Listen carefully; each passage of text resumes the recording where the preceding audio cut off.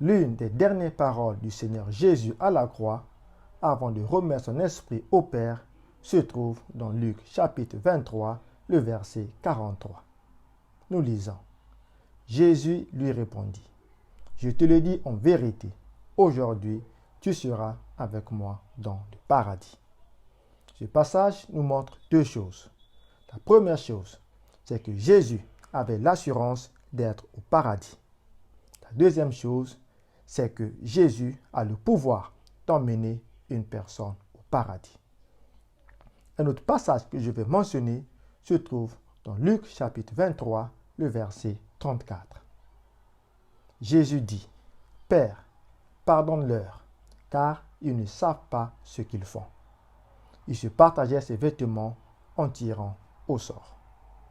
Ce passage montre que Jésus n'avait rien fait de mal et qu'il demandait pardon pour ceux qui l'ont crucifié. Quelle marque d'amour, quelle grandeur d'âme.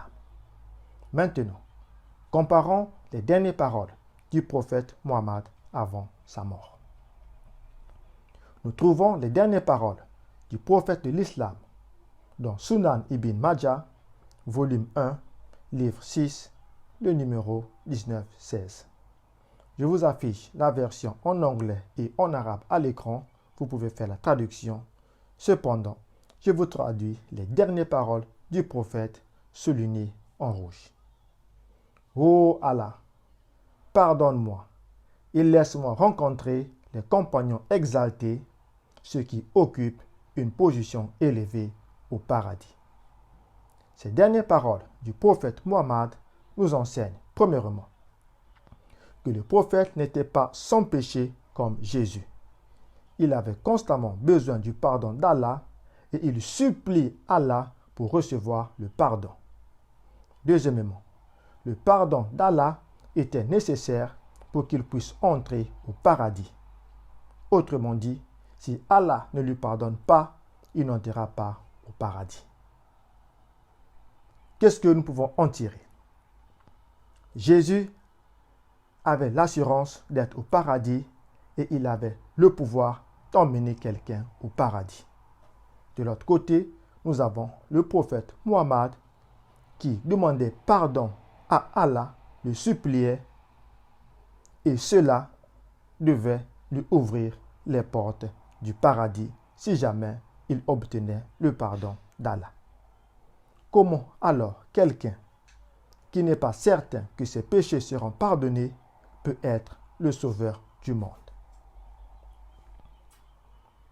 Un autre hadith, Sahih Targhib, numéro 3599, montre que le prophète lui-même n'était pas sûr d'entrer dans le paradis sans la miséricorde d'Allah.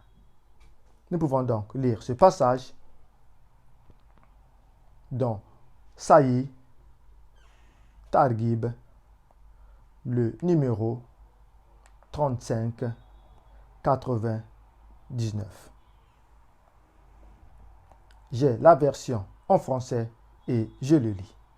D'après Abu Saïd, qu'Allah l'agrée, le prophète, que la prière d'Allah et son salut soient sur lui, a dit: personne ne rentrera dans le paradis si ce n'est par la miséricorde d'Allah. Ils ont dit: même toi, ô messager d'Allah? Le prophète, que la prière d'Allah et son salut soient sur lui, a répondu: même moi, sauf si Allah me couvre de sa miséricorde. Et il fit un signe avec sa main au-dessus de sa tête.